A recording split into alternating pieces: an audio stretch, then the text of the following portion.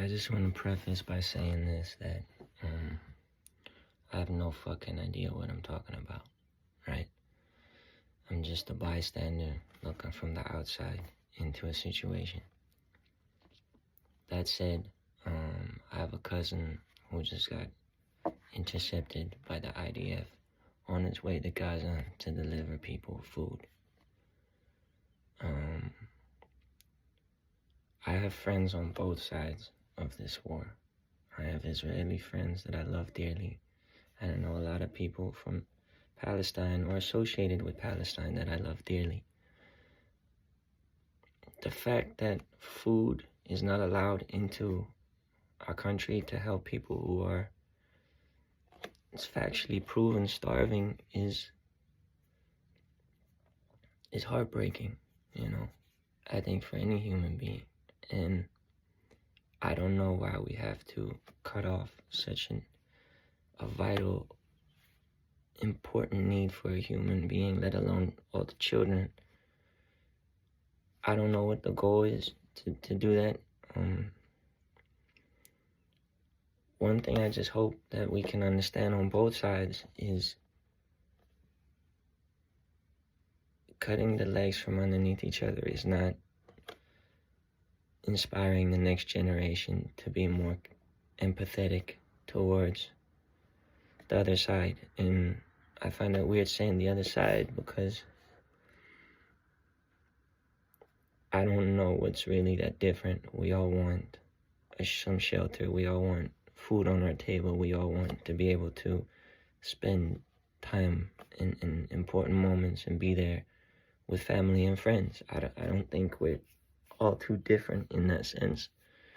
We've grown up in a stage where we need more of this, and then we need more of that, and then that person has this, but we want that, and we want to go that way, they want to go this way. And with living in a culture, we can just swipe left or right. I think right if you want something, left if you don't. And where is the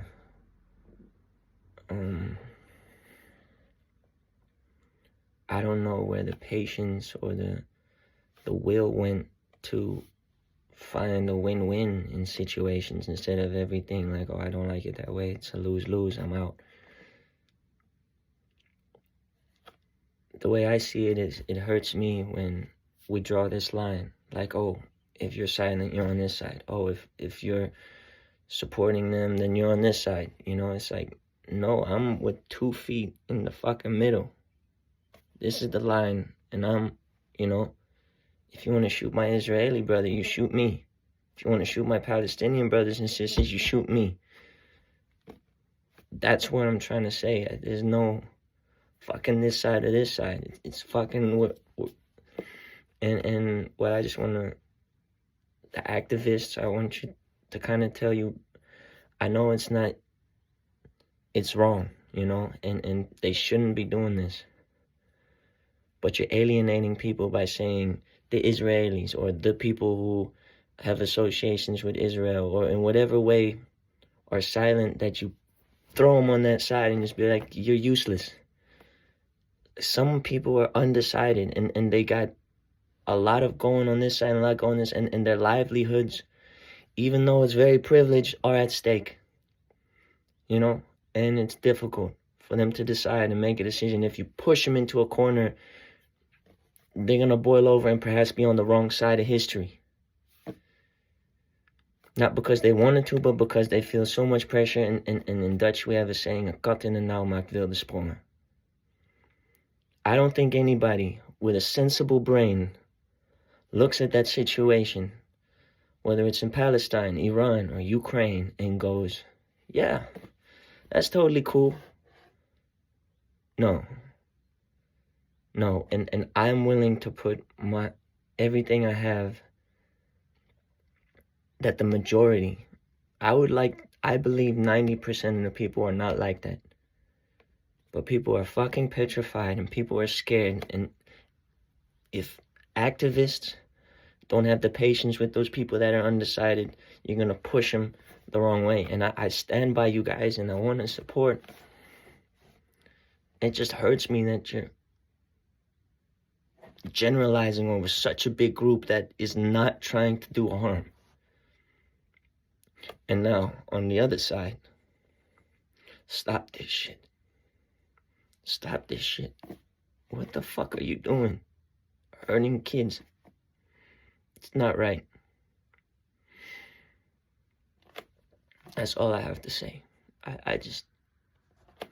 I'm in the middle of this shit. I don't give a fuck if you're Israeli. I don't give a fuck if you're Palestinian. You're both my brothers and sisters. It makes no difference. And I know I sit here as a flawed fucking human being, spewing all this whatever philosophical stuff, and it's like, yeah, easy for you to say. Yeah, it is easy for me to say. I know that. And it's tough when someone kills your brother and someone kills your son, someone kills your father, someone, whatever, you know, you lose your whole family. You're burying your daughter. Like, what the fuck?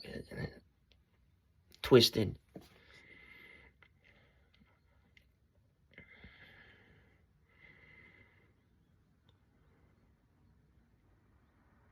I just hope that,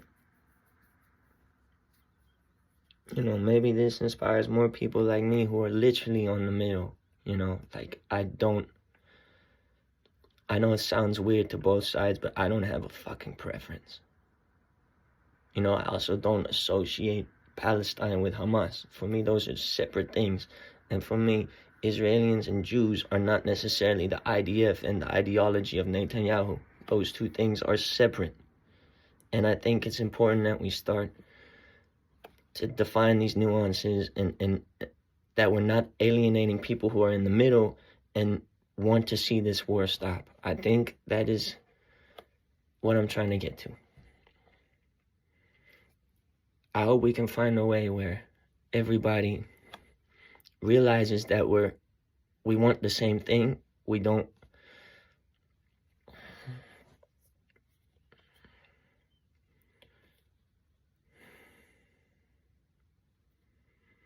And I think there's a way to stop people from being silent, and it's to allow them the time and some space for contemplation that silence is not right, you know, and it's time for all of us to kind of stand with each other. Whether it's blue and white or whether it's black, green and red, it don't matter. Like, come on. You know what I mean? Someone has a little more than you, or someone has a little less than you, or someone took that away from you and someone gave this back to you. It's never going to be balanced. It's never. At least it's never going to feel that way. But we all bleed red. You know, that's not going to change.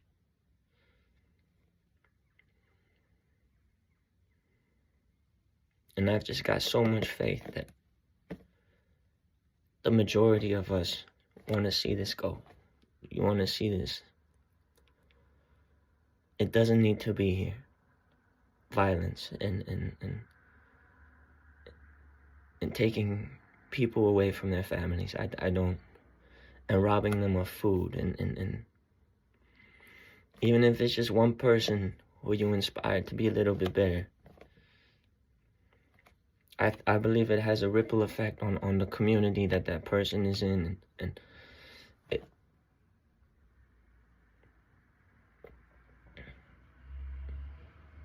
we can't stop food from getting to people. We can't. We really can't, and we shouldn't. And it's so important that my cousin, Sil, I love you, and I think it's so powerful what you do on that ship, and you go on with all these people for this beautiful cause. My message to you and all these people is just please don't. I know the silence is damning, and it's painful to see people say nothing. But these are not people on the other side. These are people that are undecided, who's, as again, privileged as their livelihoods are, they are at stake. And they have families and roofs over their heads, and their life is peaceful. And I know it's unfair that these people are silent, but can we not alienate these people? Because these are people, powerful people, influential people, people with a lot of money who can make a difference if they're not pushed into a corner of, oh, you're on the other side. Nobody's on the other side here, except for that 10%, in that 1% in the 10% that's fucking it up for all of us. Especially all those kids and those people that, it's crazy. It's so crazy. Here I am looking outside of blue skies and green trees and the sound of birds. I'm very aware that's not like that everywhere in the world, especially not right now. So, I know this is a long video. I don't know if I'm gonna put this on the internet. I just hope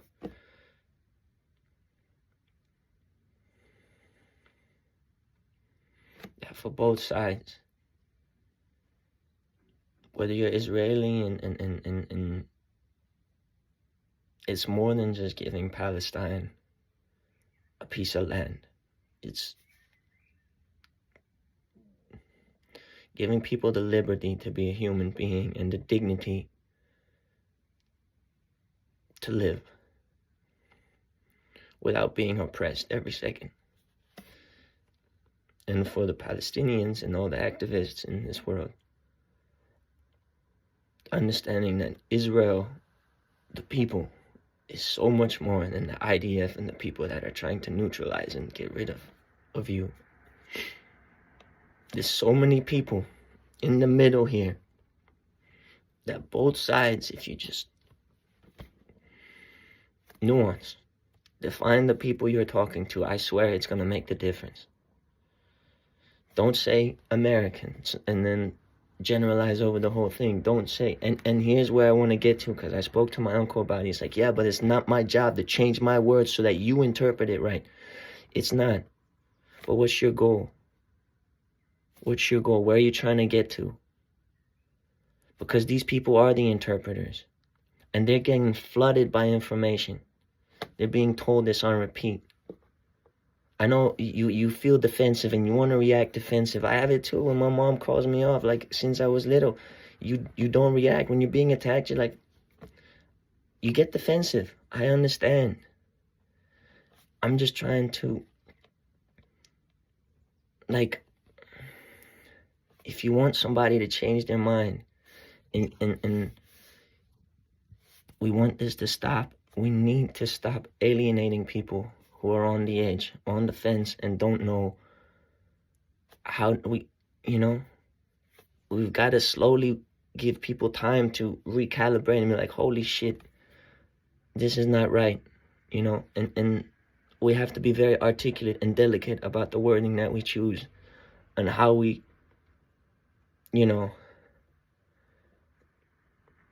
how we say that we don't condone certain things, and be very meticulous in the description and who we're referring to, because it's so easy to categorize this whole group and community and be like, bam. And that's not it. That's all I'm trying to say. There's so many people who if you boiled it down, want the exact same thing. The exact same thing. And yes, unfortunately, it's for the people who are fighting the hardest and are living it the most extreme, that you need to be the most elegant with your dance and be on the edge of saying something that's gonna provoke retaliation, but knowing how to use words. Because you can't tell me you want the other side gone. You want the other side to obey to what you want them to do.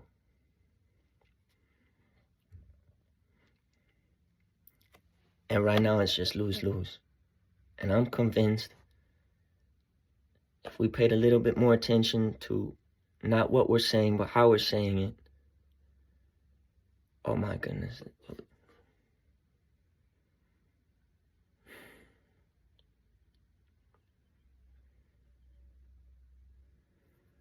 I think the answer isn't that, you know, because I don't think we want different things.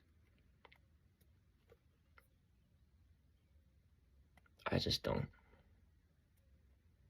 I don't see the difference between my Jewish and Israeli friends and my Palestinian and Muslim friends. There's no difference. There's no fundamental difference. There's principles that they believe differently and they live their lives differently. But the fundamentals, don't harm anybody. Be respectful to people. You know, like help your brother and your sister if they're going through something. It's all that. So that's all I kind of want to say on that. All I really know what to say. I mean, again,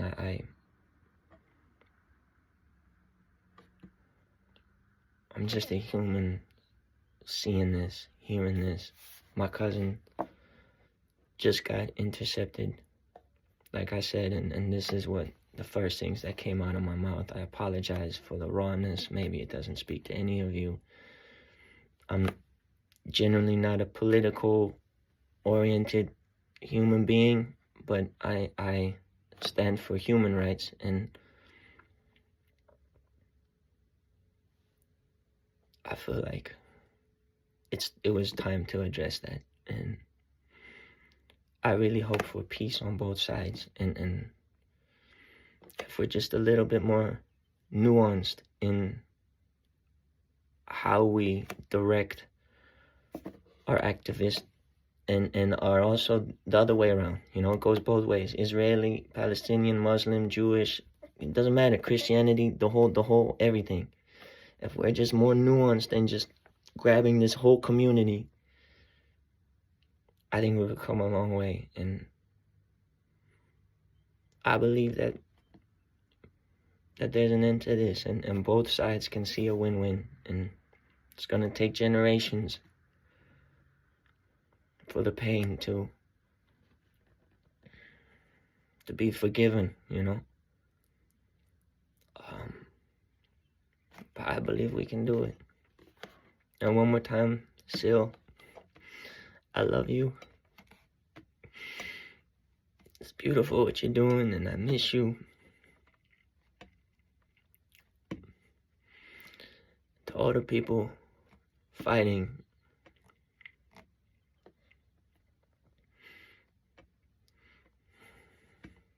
stay strong. I hope you can all come back home to your families safely and tell them stories how this is unnecessary and that we can be friends with the other side.